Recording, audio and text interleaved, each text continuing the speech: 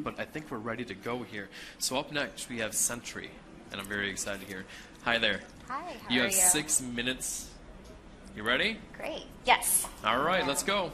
So good afternoon, everyone. My name is Wendy Chi, and I'm a co-founder at Sentri, where we build monitoring and control for the modern home to help protect what matters most.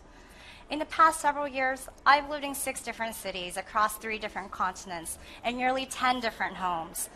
It may seem like a lot, but in reality, the average American actually moves 12 times. And of those 10 homes I've now lived in, I've actually been broken into twice. Once in my college apartment, and another time in a gated community with 24-hour security. Both times, what stuck with me wasn't really the tangible value of what was lost, but actually the emotional toll and fear that it left behind, which is unsurprising that even though theft doesn't even rank in the top 3 of costs associated with homeowners and renters today, it's the leading driver of what people actually want from smart homes today, which is security. Despite this demand, we see that while the majority of Americans, including myself, want to have home security, less than 20% of us actually do. Why? Because the solutions that are available today are both broken and outdated. To install a basic system in an apartment is complicated, requiring multiple levels of permission, and doesn't afford the portability most apartment dwellers like myself are looking for. It's not a problem just for me either. Even when you have traditional home security installed, they often report overreactive alerts and are obtrusive and not really meant for overall home decor. So instead, at Sentri, we set out to create something that was simple, that was elegant and intelligent, and that was really designed for life and that could be customized.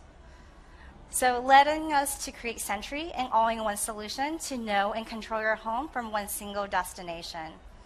Out of the box, Sentri gets to work for you right away with a self-installation process that takes minutes versus hours of expert installation and comes preloaded with a camera, motion detector, and sensors that track your home's environment. So in my new apartment now, I'm going to make sure it comes with a Sentri. I've already gone ahead and set this one up. And you'll see that I have an immediate read on things such as my home's temperature, weather, as well as basic environmental stats.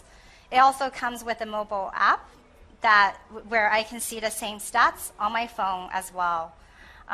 Next part I actually wanted to demo, but there's a little bit too much Wi-Fi interference here, so afterwards I would love for you to come by our booth in Eureka Park. But you'll see that there's a log of actually like unexpected alerts that may happen. And you actually have the ability to go ahead and not just have home security, but being able to customize and make Sentri look and feel as you would want it. We've gone ahead and actually designed some themes preloaded out of the box, but we also know that consumers want to have the experience of personalizing their homes, which is why we've gone ahead and also delivered customized themes where you can add your own pictures, including your Instagram feed.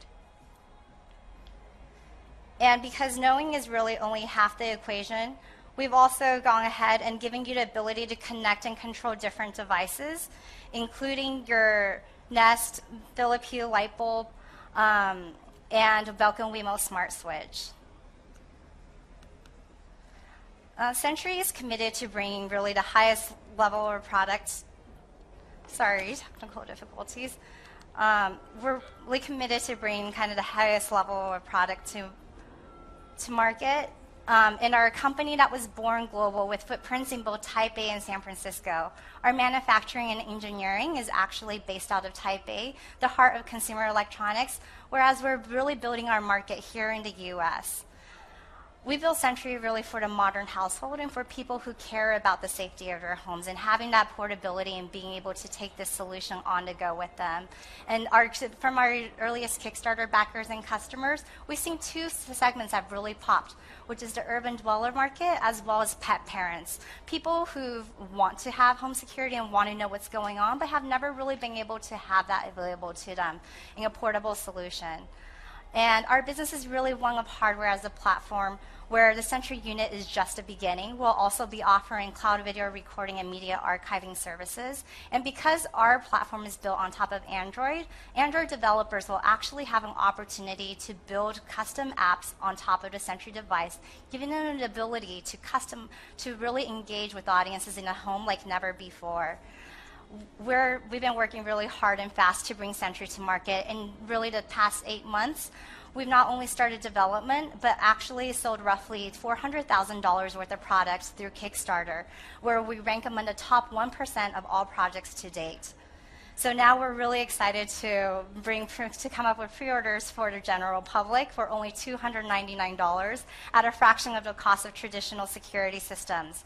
But that's really not all. Today we're also incredibly excited, and in large part based on feedback from our community, to actually have touchscreen be brought as well, so giving consumers the ability to have greater control of their homes. So we really built Sentri to help each of us protect what matters most, and we can't wait to share Sentri with you. Yeah, my name is Wendy Chi. Thank you so much for your time. Please do come by our booth in Eureka Park for a demo, and you can use discount code CESCrunch 2015 for a $20 discount to reserve your very own Sentri unit at sentri.me. Thank you. Very good. So sorry you had computer issues there, but it happens to the best of us. Don't you worry about it. Judges, questions? Okay, so you're going to give the possibility of making custom apps for it. And I'm curious if you're sure that this is the best idea, because I'm not sure if it will be clear for the user what the product is for and what kind of problem is fixed by using this product.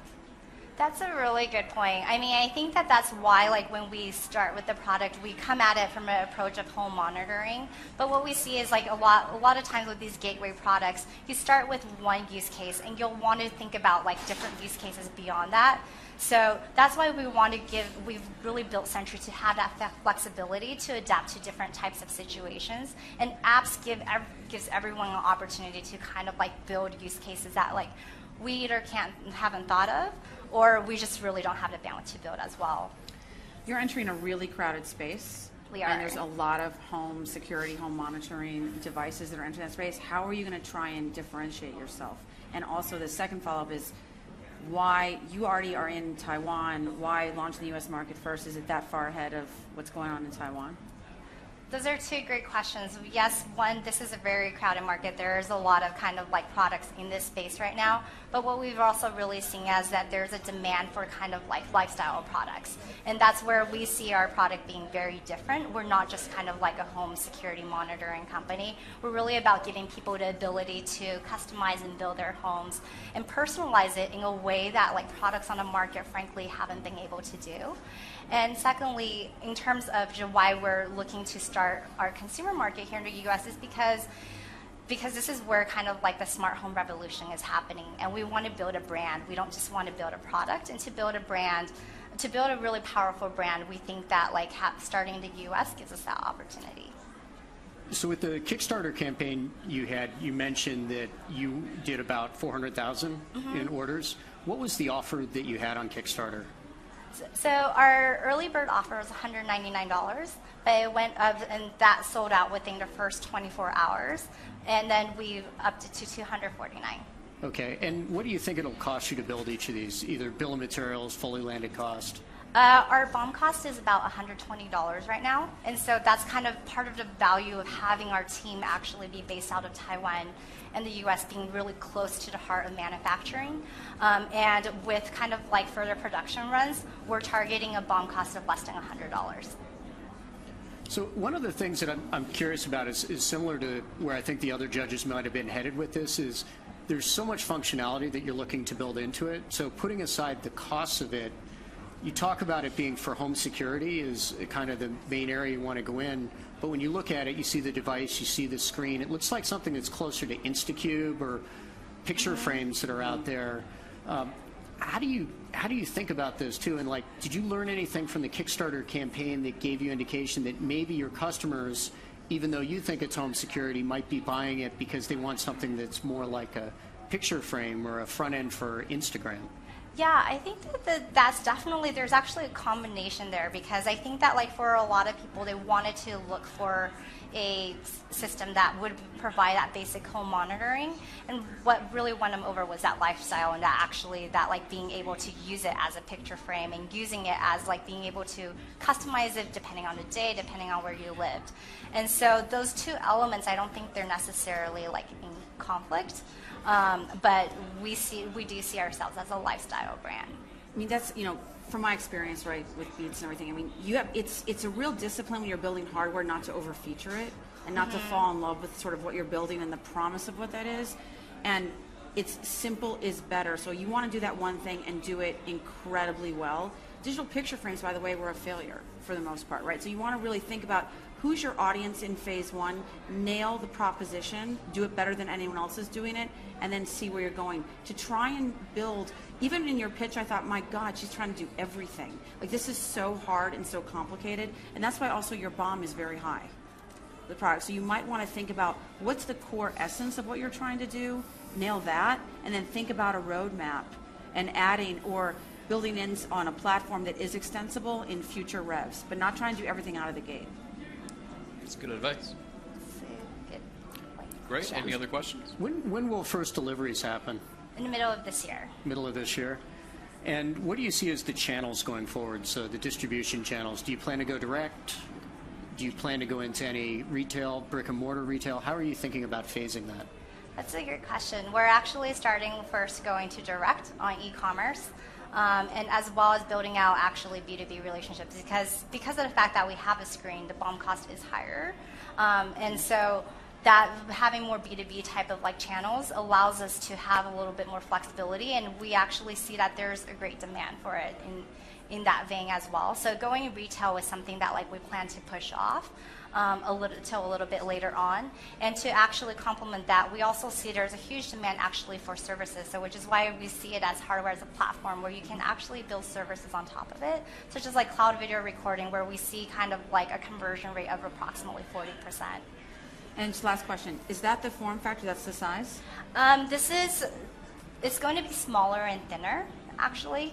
And so this is kind of like, it's a working prototype that we're actually going to have our beta unit at the end of this month.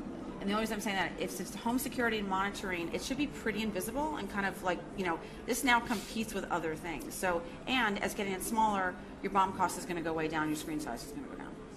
Mm-hmm. Great. Very good. Thank you very much. Thanks a bunch. Have a great show. Thank you.